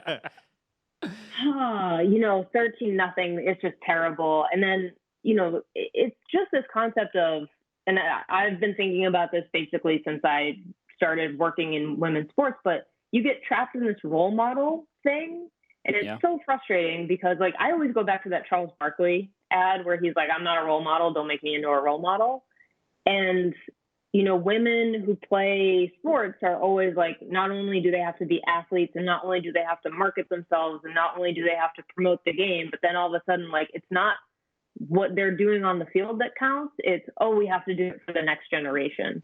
And that's where we get trapped in this, like, discourse of like, oh, my 8-year-old child is watching and she's just traumatized because someone kicked someone. Like, yeah, I get frustrated with the same thing, because even making that example of like, well, what are my children going to think? But it's like they're also watching like City Girls and Cardi B videos of twerking and like, but no. Or they're watching like guys, you know, beat each other up on the field as well. It's like, what's the difference? Like, I'm saying that there isn't, there's no necessity to have this concern. Like, parenthood is challenging, and there's difficult things everywhere, and things have to be explained. Yeah. And, I'd rather my kid push a ref who gets in her way, if I had one, than go out and do, you know, cocaine. Okay? So are we good now? Right. Is everyone all right? I love the idea that they're like, well, this one game ruined women's sports forever. Yeah. Ask a WNBA player how she feels. I'm sure she wouldn't give you, be like, well, I mean, I might as well pack up, you know? Everybody relax. I was getting... I was getting texts after the USA Thailand game from other players in other sports, and they were like, what is everybody mad about? Yeah, because they scored goals. Like, well, the comments from like Phil Neville after the game, because he kind of echoed that, and he did say like, there's children watching, which is like, they would never say that at a men's game. Honestly, I've never heard that. Like, when Zidane headbutted the dude, you know, nobody was like, well, the children. Yeah. And I was like, no, dude, you lost the World Cup. That's like an individual act. Like, you know, Zidane is just, like, you look at him as this isolated individual incident that has no reflection on the sport or, you know, the game as a whole. And then England plays Cameroon, and Cameroon, like, I mean, and granted, that, like, I got it. Like watching them try to react to that VAR call in real time was just like, I felt so terrible because like you could see how frustrated they were. And like shit happens. Like, you know, it's just, and putting it in the bigger context. And this is what I think the one really productive thing from this World Cup is going to be, is that we're finally starting to get this context of like, you know, looking at the Chile and Argentina teams and Cameroon and Nigeria, like the coverage is really starting to grow around the conditions of both like the federation and the context of FIFA. So you get that result, and there is a productive way to talk about that England-Cameroon game that actually might help Cameroon in the future, not just react better in the moment, but also get further in the tournament. And instead, we're concerned about like small white children in England watching soccer. Yeah, I think it's You mean with the guy yelling the C word standing next to them? Yeah, I think we'll be fine. Yeah. But I do, even seeing that kind of passion from the Cameroonian players, at least to me, as just a fan watching the sport, I'm like, all right, now they care that much to get that upset. And years ago, it might have been, you know, in their particular country, they may have not gotten that kind of support, where if maybe they wouldn't have emoted as much. Right. So it's kind of nice to see. They had 3 matches total, like at an international level before the World Cup, like 3 compared to the U.S. national team, which has had 4 entire years of a cycle to prepare and has an entire send-off series and goes to Europe to make sure that they're playing teams in Europe. Like, I mean, it's 2 different worlds. And I mean, I think that there was some really great commentary too of like, okay, yes, England, Cameroon has apparently like just completely ruined the name of women's soccer. Look what's happening in Afghanistan with the Afghanistan women's national team, with all of these, you know, sexual abuse claims and all, like, that's where the bigger concerns are, not one individual match where like a player lost her cool and a referee got pushed, which, like, you know, in the long run, like, hopefully this dies down and does not turn into anything, and we can actually like be more productive in the way that we're talking about women's soccer and the development of the game. But yeah, I mean, as soon as I remember looking at Twitter after that game and being like, this is going to be trash. And then it was trash. And a lot of people told on themselves. And I was like, that's about what I expected. Yeah. And I actually like the fact that we get to talk about this, because this is something that as soon as I saw it, I was like, all right, well, now more people are going to be talking about the game. We're going to hear some stuff we don't want to hear. We're going to hear some really dumb takes. But that's part of it, right? At least part of it is like, well, now you got to talk about it on ESPN, right? Now you got to bring this up. Right. And the more people that hear this, regardless of whether the take is something I enjoy or not, that means more people are hearing about the sport. More people are going to, you know, interview the women from Cameroon. More people are going to interview the women from England. More people are going to interview the coaches. And this is all we want. We want more people talking about the sport. With all that in mind, the Cameroonian players in the last 15 minutes did go in with some wild challenges, right? Oh, it was certainly not how you want to see a player play. Somewhat unbecoming, too, to like, we're going to have a meeting instead of continue to play the game. Sure. Yeah. Maybe you could, I don't know, take a break from your meeting to finish the game. Sure. Part of the game. Yeah. And added to that, a couple quick things before we wrap up. The VAR. What has been, you are the boots on the ground for the Athletic. What is the take? Because VAR seems to, last year's World Cup, was what nobody was like necessarily angry with VAR, but it seems like every game there is some unbelievable call where it's like the rules seem different or new or whatever. What's been the reaction in France? I mean, generally the reaction when you're actually at a game is just pure confusion, because the game goes down. So first of all, like when you're actually in one of these stadiums for a game, there are 2 screens at the corners that are showing the actual game footage that have game clocks. There is no other signage within a stadium to like let you know what's happening, what minute of the game you're in. Like time kind of ceases to have meaning, and you're just kind of like, okay, this is happening. Like, and in the little media area, we get screens that have the replays and stuff like that. But like, it's really hard sometimes to actually follow the flow of a game while you're in the stadium. And when those reviews happen, like, if you're not actually like looking at the referee, it is extremely easy to miss it at points. So usually there's like confusion, or if it's like a clear thing, like for instance, the penalty call, the second one in the Spain game, there is an immediate and extremely loud reaction. And then it like dips for a few minutes while like, it's just like, you can feel like the energy just being like, okay, which are we going to be really mad? Or are we going to be really happy? How's this going to go? Yeah.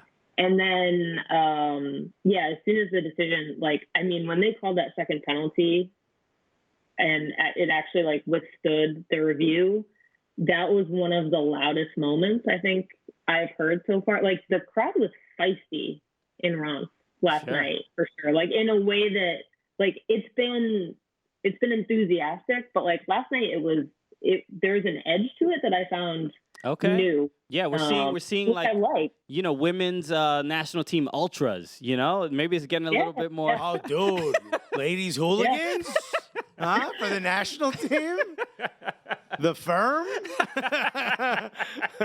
Might be interesting. I'm into it.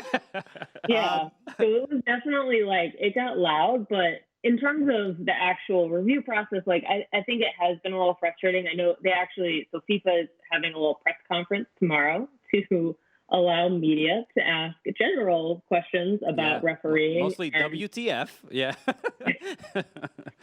So we will, that should be an interesting one. I really hope they live stream it because I'm very curious.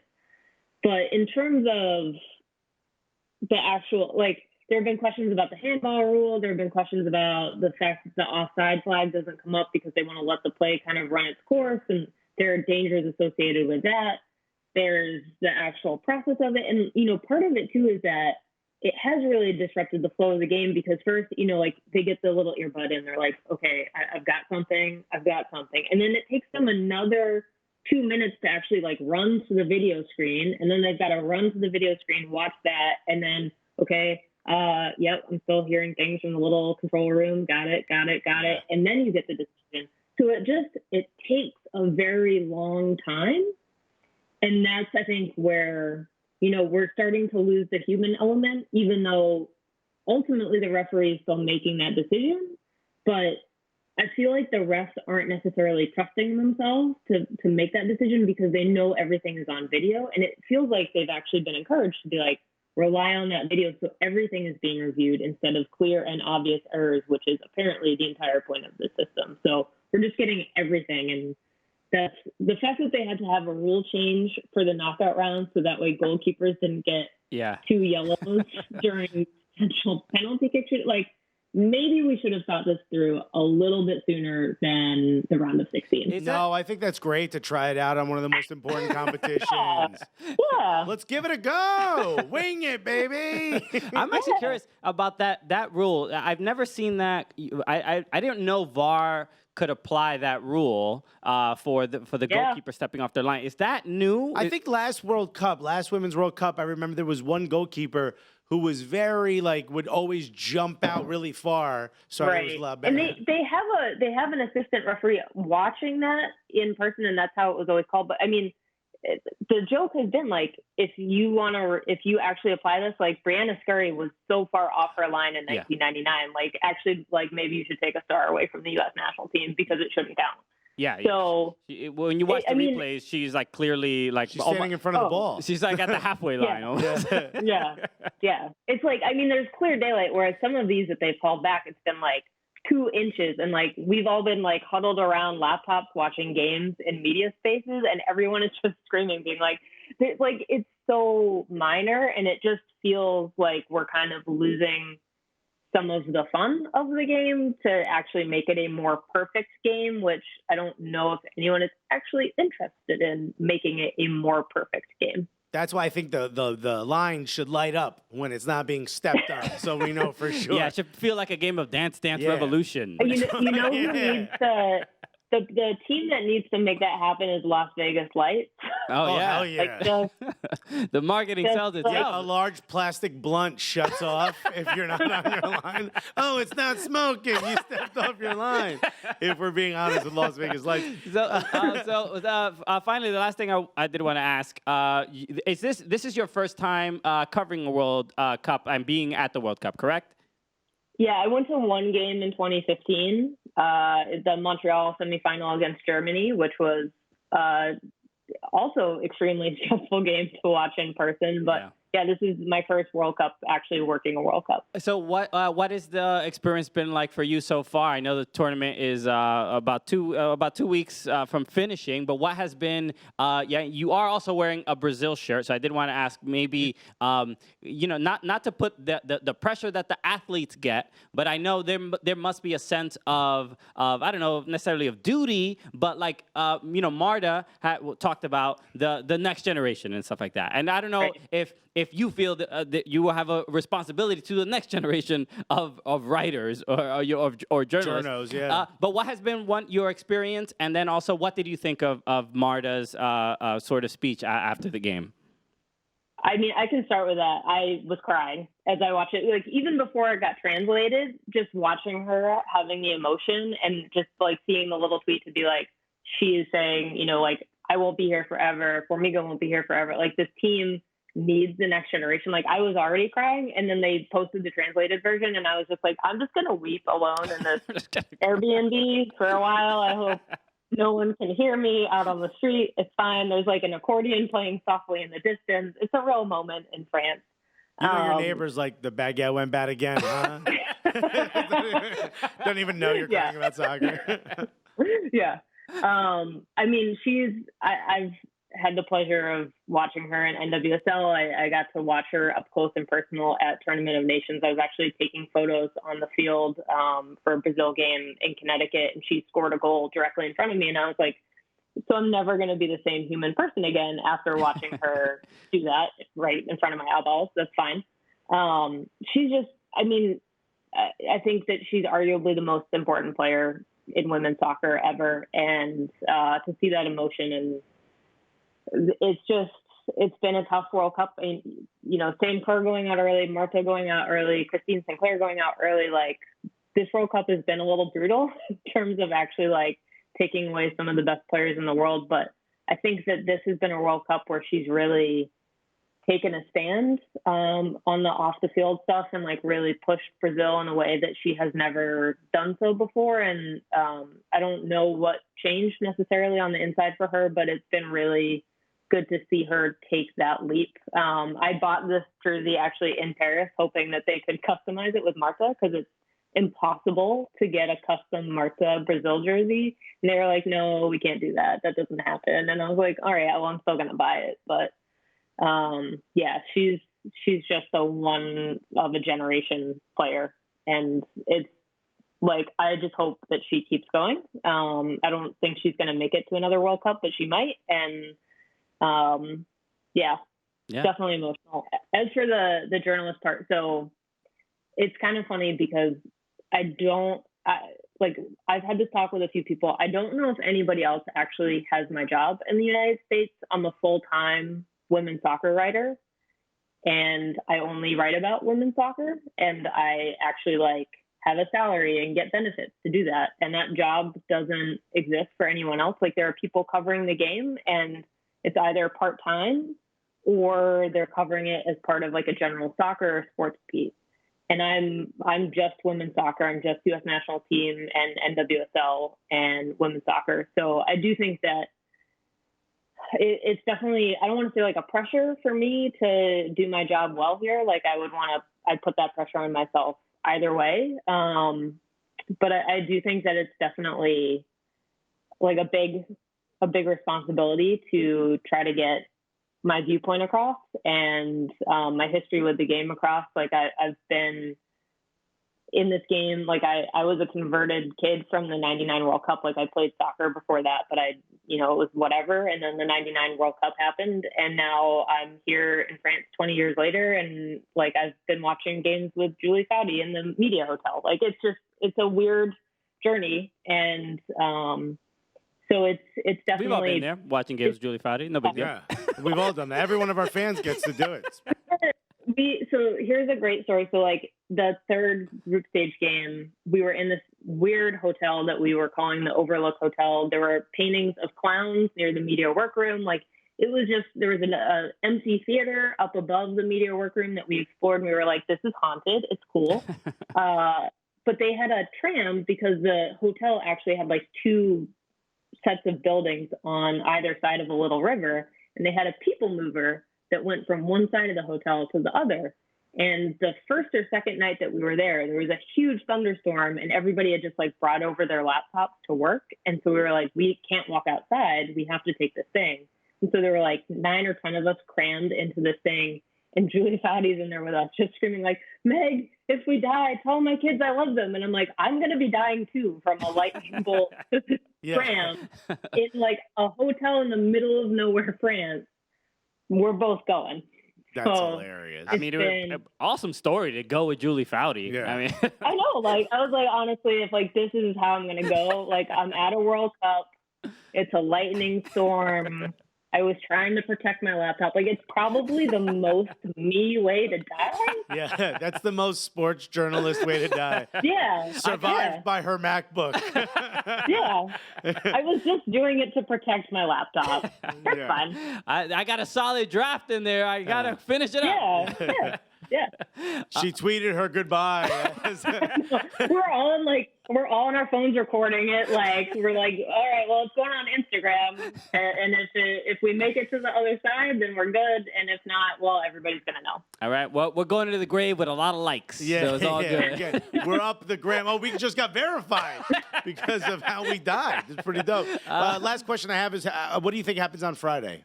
What's your prediction? I am probably leaning France at this point, but I do think that if anybody's going to beat France in France, it's going to be the U.S. national team. I think whoever wins this game goes to the final. But right at the moment, I think I like France's chances a little bit better just because, the last 2 games have been a little bit shaky, but also, I mean, U.S. national team in 2015, like they played kind of terrible until that semifinal, and even in the semifinal, they still had moments. And for them, that's a team that can come up with big recoveries, and they don't mind having terrible wins if they're still moving along. And I think they're going to come out swinging. And right at the moment, I'm leaning France, but I still think it's really a toss-up. Okay. Right. Well, look, they don't take the trophy away from you just because you won ugly. Okay. Let's get that trophy. So, Meg, you are working on an article this week. Do you want to tell people about it? And how they could reach out and help you sort of coordinate that even a little bit. Yeah. So I've done a mailbag already here in France. So basically people send questions. I'm open to anything U.S. national team, World Cup, NWSL, general life in France so far, whatever people want to ask me about. And you can tweet at me. I'm at It's Meg Linehan on Twitter, or you can dump them in the comments of my last post at The Athletic. But I'm taking my first day off tomorrow. Very excited about that. You earned it. Yeah, I'm really excited. Even though it's a heat wave, like it's going to be 90s all week in Paris, but I'm very excited to have a day off. Cool. Meg, thank you so much for doing the show. It's an absolute honor, and keep doing your great work out in France. Yeah, thank you. And maybe at some point I can actually see you guys in New York City. Come to the studio. You're welcome anytime. Anytime you're here. You could come to the studio, but we're still going to film you and put you on the live wall just to make it weird. All right, Meg, thank you so much for joining us. We really appreciate it. Thank you. What a great interview, huh? How awesome. Thank you, Meg, for hopping on the call. I know, she's super busy doing Not a lot of time out there, so it really means a lot to us that you would take the time out to speak to us. Exactly. So, Meg, make sure you follow her on Twitter at It's Meg Linehan. That's Linehan. That's right. And she's awesome on Twitter as well. So make sure you do that. Follow both. Yeah. So it was good to get like a nice little recap of what's going on from like someone who's actually there. It did worry me a little bit that she has more confidence in France, but I think that's also from like someone who's sort of really good at their job. You know what I mean? No, it really knows. This is someone who actually knows what they're talking about. You know what? I think France is definitely I don't think France is the biggest threat. I'll say that. I think Germany is a bigger threat than France, based on how the U.S. has been playing. But don't forget, France is at home. I know that. I just like from style of play, I just feel like Germany it scares me more than France does. I think the U.S. matches up pretty well with France, but I don't think they match up that great with Germany. Okay. My opinion. Here's my thing. I think the U.S. wins if the U.S. comes to play. I don't think it matters who you put in front of them. I agree with Megan. Maybe we lose that. Wait, is there a possibility they won't come to play? Yeah. You know what I mean. There's a chance that maybe the next World Cup we don't have the advantage. We don't have the, if everyone's on their A game, we automatically win because we're better than everyone else. Yeah. But we got it this time. Yeah. And you got to use your advantages when you have them. And right now, win that World Cup. Bring it back, Allie. You know what to do. Yeah. All right, don't ruin this wedding for us. Hey, come on, Rose Lavelle. So thank you again, Meg, for joining us. And means a lot to us. So and all the stuff that we mentioned throughout the show, the DC United event, make sure you go to soccercooligans.com, get tickets for that show. It's going to be wild and super fun. And then for the women's national team against France. Come hang out. If you're in Brooklyn or in New York area, you're close by, and you're going to watch the game anyway, this is the watch party for you. You want to hear two dummies yell over the game? Come on. We're the ones to do it. So Would you rather be that or at a bar? I mean, come on. Where nobody's going to be yelling over the game. And it's sponsored by, there's a beer sponsor involved as well, so it's going to be a good time. Yeah, so come to that at the Dumbo Archway, and we will be there. So, okay. So those are the things that we had to announce. Thank you again for listening to the show. We appreciate it. We appreciate the old listeners, the new listeners. That's right. The child listeners. That's right. The people who don't even know what we're doing. Yeah, when we were at the what was it? At the Open Cup game, I forgot his name, but there was like a teenager. He must have been like 14, 15. And he was like, oh, yeah. He's like, you don't know these guys? Like he was talking to somebody else. Yeah. I'm like, all right, okay, it was weird. It's pretty dope. It's pretty cool. Like, I'm so sorry we've ruined your life. Hopefully, we're not ruining teenagers. You know what I mean? It's kind of what we do. You know what I mean? They're like, I teach. I'm not doing my homework. I'm trying to be gully as hell. What do you mean you're calling my mother? All right, fine. I'll do the homework. Okay, cool. So, so thank you again for listening. I want to say this because I've been trying to get more people to follow. We always talk about soccer cooligans and stuff, but I have a social media. Right? We also, and yours, we didn't even we didn't get to talk about this. You finally got verified on Twitter. Your boy got that blue check, son. Not Alexis, after years of being ignored. Being disrespected. By Twitter. Finally, Twitter apologized. Finally. They came with their hat in their hands. So congratulations, Thank Alexis. you very much. I know it's long overdue. And I'm back on HQ tonight. If you're listening on Wednesday, I'll be on tonight at 8 o'clock. Okay, so finally HQ greased the palms at Twitter. Made a couple phone calls, you know what I mean? Stuck a couple envelopes. They Jack Wagnered a little bit, you know? And then bada boom, bada bing, now he's verified. Next thing you know, not for nothing, verified. But make sure follow me. I'm trying to get more followers on Instagram because I don't post about pizza. Yeah, so you're not getting the pizza. I'm not getting pizza, people. But make sure you follow me on Instagram and Twitter. Christian_Polanco on Instagram and Chris Polanco on Twitter. This is the problem. You have two different. Someone has it on Instagram. You got to change one of them to be what the other one is. It's frustrating. I want to keep. I can't change the Twitter one because if you change your Twitter handle, you become unverified. You lose the verification. I can't have that. Can't have that. Then what, you become me? Oh, your life falls apart. Be the black sheep of the Cooligans podcast. Oh, God. No, can't have that. I've been that for forever. And I'll never not be that, baby.